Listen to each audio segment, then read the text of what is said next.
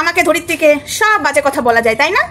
আমাকে ধরিত্রীকে নোংরা অকথ্য ভাষায় কথা বলা যায়, আমাদের সন্তানকে বাজে কথা বলা যায়, আমাদের সন্তানের পৃথিবী থেকে চলে যাওয়ার কামনা করা যায়, তাই না? হ্যাঁ, বাড়িতে দেওরের সাথে শুইয়ে দেওয়া যায়, তাই না? আমাদেরকে যা খুশি বলবি আর আমরা শুনে নেবো। বাবাজি কা টুঙ্গু নাকি বাজিয়ে দিয়ে চলে যাবি? নিজেদেরকে তো শিক্ষিত বলিস, অন্যদেরকে অশিক্ষিত বলিস।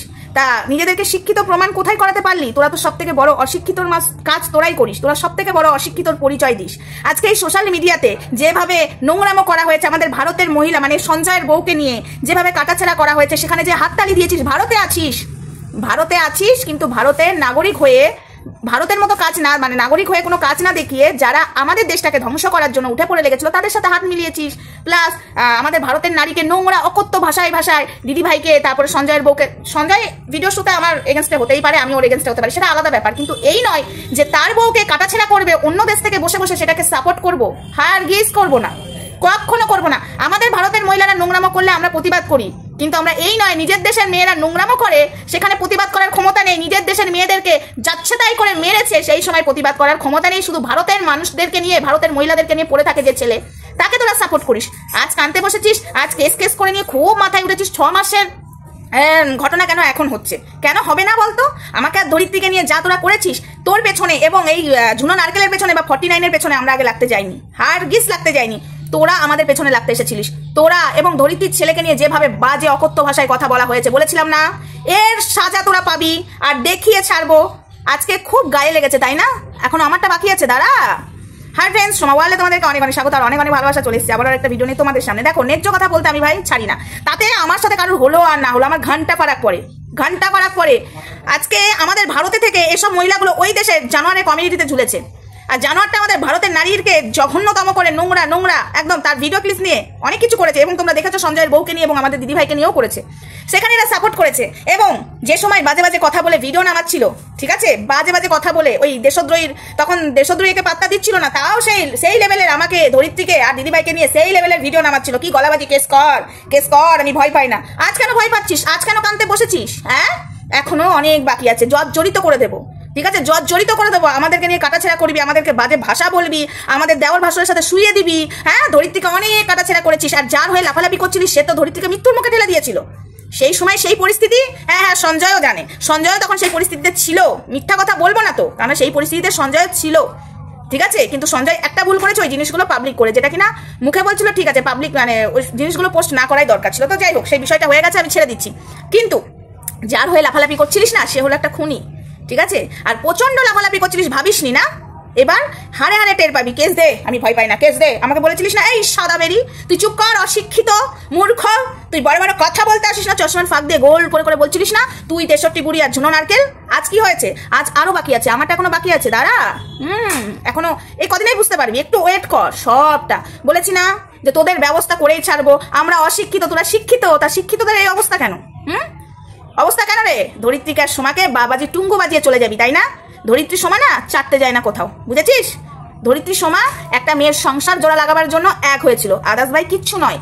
ব্যাগ কাঁধে নিয়ে চলো লোকের বাড়ি গিয়ে, একদমই নয় রে, একদমই না। হ্যাঁ, এবার বলবি প্রীতমের বাড়ি গেছিলিস। প্রীতমের বাড়ি গেছিলাম, সেটাও একটা কারণ আছে, আমার জন্য 5-6টা মেয়ে যাচ্ছিল না, এবং তারা আমাকে এমন করে বলছিল তুই না গেলে আমরাও যেতে পারছি না তোর জন্যই, মানে আমি না গেলে তারা যেতে পারছে না, এবং তারা মেনেও নিয়েছিল, ঠিক আছে তুই যখন যাবি না আমিও যাবো না। কিন্তু আমার নিজের বিবেকের কাছে ভেবেছিল যে আমার জন্য তারা যেতে পারছে না, এটা খারাপ লাগছিল। ফোনের পর ফোন ওদের বাড়ির সবার, ঠিক আছে, এবং আমার বরের কাছেও ফোন করেছে। আমি মিথ্যা কথা বলেছি যে আমার বর আমাকে পারমিশন দিচ্ছে না, তো সেই মানে নাছর বাদা বরের নাম্বার দাও, সে আমি দেবো না।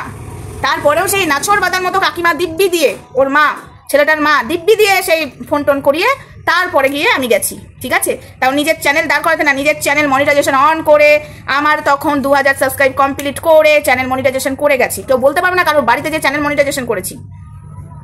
তারপর ওখানে যে অন্যায় দেখেছি এসে সঙ্গে সঙ্গে বলেছি। আমরা আবার ওই যে নিজের পেছনে যখন বাস লাগে এই বলে দেবো সেটা নয়, আমরা যে নিজের চোখে দেখেছি ওখানে অন্যায়, আর সেটা এসে পরের দিন সব ভিডিও প্রাইভেট করে ওপেন বলে দিয়েছি যে এই ছেলেটা নোংরা, আমরা ভুল ছেলের পাশে দাঁড়িয়েছিলাম। মানুষ মাত্র ভুল হতেই পারে, কিন্তু তোরা একের পর এক ভুল করে গেছিস। 6 মাস তো তোদেরকে টাইম দেওয়া হয়েছিল শুধরাবার জন্য, শুধরিয়েছিলিস। সেই ধরিত্রীকে ছিঁড়ে খাওয়ার জন্য বসে গেছিলিস।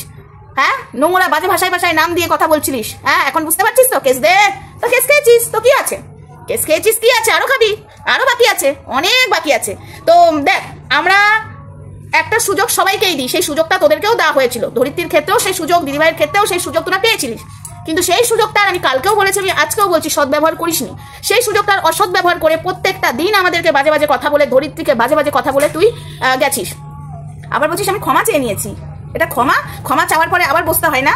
ওয়াইটিতে তুই সঞ্জয়ের ছেলেকে, সবাইকে তুই বাজে কথা বলেছিস, প্রত্যেকটা সন্তানকে নিয়ে তুই কাটাছেড়া করেছিস। আর তুই কি বলিস? আমার মাতৃত্বহীনতা নিয়ে কথা বলেছে। তোর মাতৃত্বহীনতা আমি তোকে নিয়ে কন্টেন্ট করতে বসিনি। তোর সাগরেদগুলোকেও দেবো, তোর মালকিনকেও দেবো। তোর মাতৃত্বহীনতা নিয়ে আমাদের কথা বলার এক ফোঁটা ইচ্ছা ছিল না। তোর মাতৃত্বহীনতা নিয়ে যারা কথা বলেছে সেটা নিয়ে আমি প্রতিবাদ করেছি, ধরিত্রী প্রতিবাদ করেছে, ঠিক আছে? কিন্তু তুই যখন আমাদের পেছনে লেগেছিস, নিজের সাথে ঘা লেগেছে, মানে তোর মালকিন না সরি ওই 49 63 বুড়ির সাথে যখন ঘা লেগেছে, তার সাপোর্টে গিয়ে তুই আমাদেরকে কন্টিনিউ বাজে কথা বলে গেছিস। তোর সাথে বাজে ব্যবহার করিনি, তা শুনতে হবে না? আমার সন্তানকে নিয়ে তুই আগে বলেছিস, তাহলে বলবো না কেন? আমার সন্তানকে নিয়ে বলবি, ধরিত্রীর সন্তানকে নিয়ে বলবি, শুনতে হবে না? আরো শুনতে হবে। প্রত্যেকটা সন্তানকে নিয়ে যারা বাজে কথা বলে তারা কি করে ভাবি না? এই যে ঘোড়ামুখী দেখছিস তো, ঘোড়ামুখীও জানে যেটা আমার অভিশপ্ত জীবন হয়ে গেছে। ও প্রত্যেকটা সন্তানকে গাড়ির তলায় পিষে দেওয়ার কথা। আমি বলতে পারি না, মেয়ে হয়ে বলতে পারি না, আমি একটা মা হয়ে বলতে পারি না, আমি চাই সবার কোল আলো করে আসুক, কিন্তু ভগবানের মার তো সত্যি বলছি অহংকার করতে নেই। আমি কোনোদিন আমার সন্তানকে নিয়ে আমি অহংকার করি না, বা আমি কারোর হয়নি বলে অহংকার করি না, কিন্তু আমার সন্তানকে কেউ বাজে কথা বলবে, আমি মা হয়ে কেন চুপ করে থাকবো? কেন চুপ করে সহ্য করবো? আর ধরিত্রী ঠিক কাজ করেছে। ধরিত্রীর সন্তানকে ভর সন্ধ্যেবেলায় যে বাজে কথাটা বলেছে, সে তার দায়িত্ব নেই সন্তানের প্রতি? ধরিত্রীর সন্তানের প্রতি ধরিত্রীর দায়িত্ব নেই? তার সন্তানকে বাজে কথা বলছে, তার মা চুপচাপ সহ্য করে যাবে? তার কোনো ব্যবস্থা নেবে না? একদম মক্ষম কাজ করেছে, একটা মায়ের কাজ করেছে। তার সন্তানের দিকে যে আঙুল তুলেছে, তাকে দেখিয়ে দিয়েছে সন্তানের দিকে আঙুল তোলা, তাতে 6 মাস বাদে হোক আর 1 বছর বাদে হোক, দেখিয়েছে তো। এটাই হলো কথা। সে হলো মায়ের দায়িত্ব পালন করেছে, এটাই হলো মা। সন্তানের দিকে বাজে কথা বলি, কন্টেন্ট নয়, কন্টেন্ট তো সেটা হবে, কিন্তু কাজে করে দেখিয়ে দিতে হবে। চল কান তোরা। আর এই গুপ্তি বুড়ি বলছে না 6 মাস বাদে কেন কেস দিল? এই বুড়ি, তুই নিজেকে শিক্ষিত বলিস কি করে রে? কি করে শিক্ষিত বলিস বুড়ি বয়সে? আর যা দেশদ্রোহী কথা বল। যখন সন্দীপের বেলায় বলছিলিস এই আওয়াজ পাওয়া যাচ্ছে, ওই আওয়াজ পাওয়া যাচ্ছে, তোদের এই যে হাতি বুড়ি হোটেলে গেল, আওয়াজ শুনতে পাসনি? ভিডিও নামা, ন্যায্য কথা বলিস, স্পষ্ট কথা বলতে ছাড়িস না। কি বলেছিলিস? সন্দীপের পাশে দাঁড়িয়েছি তো কি হয়েছে? সন্দীপ ভুল করবে, প্রতিবাদ করবো না? তাহলে দেশদ্রোহীর পাশে দাঁড়িয়েছিস তো কি হয়েছে? দেশদ্রোহী ভুল করছে, প্রতিবাদ করবি না? তখন মুখে সেলোটিভ না, সন্দীপকে খুঁড়ে খুঁড়ে চিড়ে চিড়ে খাওয়ার ইচ্ছা ছিল। টিনাকেও তোরা এইভাবে খেয়েছিস। টিনা পরকিয়া করেছে, আমি মানলাম। টিনার সংসারটা জোড়া লাগাবার জন্য আমরা অনেক কিছু করেছি, আর তোদের এই যে মালকিন বুড়ি হাতি সমানের চেষ্টা করে গেছে যাতে সংসার জোড়া না লাগে। তোরা কত কি জানিস না? আমরা না সবকিছু এখানে রেকর্ডিং হ্যান ত্যান শোনাতে চাই না। যদি শোনাতাম না, আজকে হয়তো অনেক কিছু করে নিতে পারতাম। আমাদের বিবেকে বাধে কিছু কিছু জিনিস। যে তুই জুতো মাথায় করে এসেছিলিস, ম্যাডাম বাঁচান করে এসেছিলিস না, চাইলেই তো আমি শোনাতে পারি কি না? কিন্তু সময় হলে মাথার উপর দিয়ে যদি জল চলে যায়, হয়তো শুনিয়ে দেবো। সময় সবাইকে দেওয়া হয়, সুযোগ সবাইকে দেওয়া, সেই সুযোগের সদ্ব্যবহার তোরা করতে জানিস না। তোরা অসৎ ব্যবহার করিস বলে আজকে তোদের সাথে এই অবস্থা। চলো বন্ধুরা, বেশি কথা আমি এদেরকে নিয়ে বলতে চাই না। ধরিত্রী সোমাকে নিয়ে যা না তাই করবে। ধরিত্রীকে নাসিম মামের আইসিইউতে ঢুকিয়ে দেবে, আমাকে নাসিম মামের বেডে শুয়ে দেবে, আর আমরা সহ্য করবো, আমাদের পরিবার সহ্য করবে। আর এদেরকে কিছু বললে আমাদেরকে শুধু একটু খুঁড়ে খাবি। এবার আর মুখে হবে না, মুখে যতটা না বলবো কাজে করে ততটা দেখাবো, ঠিক আছে? দেখ কেমন লাগে। আরো বাকি আছে, 2 দিন বাদেই বুঝতে পারবি। আরো কানবি তুই, এটুকু আমি বলে গেলাম। আরো কানতে বসবি, তোরা সব কটাতে কানবি। যা, কত লাফাতে পারিস লাফা। তোদের লাফানি না কত দূর আমার জানা আছে, ঠিক আছে? কিছু হলে ম্যাডাম বাঁচান, জুতো মাথায় করে চলে এসেছিলিস, সেটিং করতে এসেছিলিস না? আমি তো এখনো কিছু বলিনি। ওয়াইটিতে সেটিং করতে এসেছিলিস তো, টাকা নিয়ে এসেছিলিস সেটিং করতে, সেটা তো এখনো কেউ জানে না। মানি ব্যাগের গল্পটাও কেউ কিন্তু জানে না, ঠিক আছে? মানি ব্যাগের গল্পটাও কিন্তু কেউ জানে না, এখনো জানে না। যদি বলি এই সঞ্জয় টঞ্জয় না, তোদেরকে আরো আচ্ছা করে দেবে।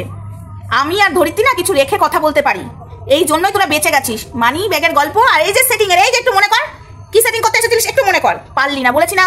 সেটিং করতে গেলে এই সোমাকে আর এই ধরিত্রীকে, রিঙ্কুদিকে টপকায়ে তারপরে দিদিভাইয়ের কাছে যেতে হবে। আর দিদিভাইয়ের কাছে সরাসরি যেতে পারবি না, এইটুকু মাথায় ঢুকে নে। এই সংগঠনে না আমরা 3 জনাই কাফি। আমাদের সংগঠনে তো প্রচুর ছেলেপিলে আছে, সেটা তো আলাদা ব্যাপার, ঠিক আছে? তারা এইসব সোশ্যাল মিডিয়া নাই, সোশ্যাল মিডিয়ার ক্ষেত্রে বললাম আমরা 3 জনাই কাফি, বুঝেছিস? সেটিং করতে যাবি তো আয়, এবার ভালো জায়গায় বেঁধে দেওয়া হয়েছে, এবার সেটিং করতে যা, ডাইরেক্ট সরাসরি ম্যাডাম বাঁচান।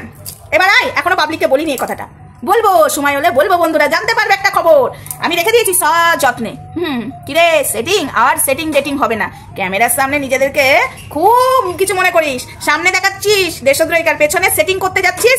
আর তোদের বুড়ি হাতি বলেও দিল, আর কোথায় সেটিং করতে গেছিলিস পাবলিককে বলে দে, না হলে আমার কাছ থেকে শোনার পরে কিন্তু একদম ছিঁড়ে খাবে, তোদেরকে খুঁড়ে খাবে। আর দিদিভাই বলবো, দিদিভাই গলে যাবে, দিদিভাই বলবো, দিদিভাই ও দিদিভাই ধরিত্রীকে এই বনু ওর বনুগিরি আমি ছাড়িয়ে দিয়েছি, বনু একদম ছাড়িয়ে দিয়েছি। এবার বনু বলে ডাক। এবার তো বনু আর বলতে পারছিস না, বলেছি না তোর বনু মুখ থেকে ছাড়িয়ে দেবো। দিদিভাই, দিদিভাই বল। দিদিভাইও তোর মুখ থেকে ছাড়িয়ে দিয়েছি। শয়তান কোথাকার, বেঈমানগুলো কোথাকার। শুধু সোমার ধরিত্রীকে বাজাবো, এখন সঙ্গীতা চক্রবর্তী দিদিভাইকে পেয়েছে, দিদিভাইকেও বাঁচিয়ে যাবো। এবার দেখ তোরা বাজার, আমরাও বাজাবো, বাজার ঢাক, ওই হা ঘরের বিটির মতো বলবো। চলো, ভিডিওটা অনেক বড় হয়ে গেল, লাইভে এসে কথা হবে, চলো টাটা।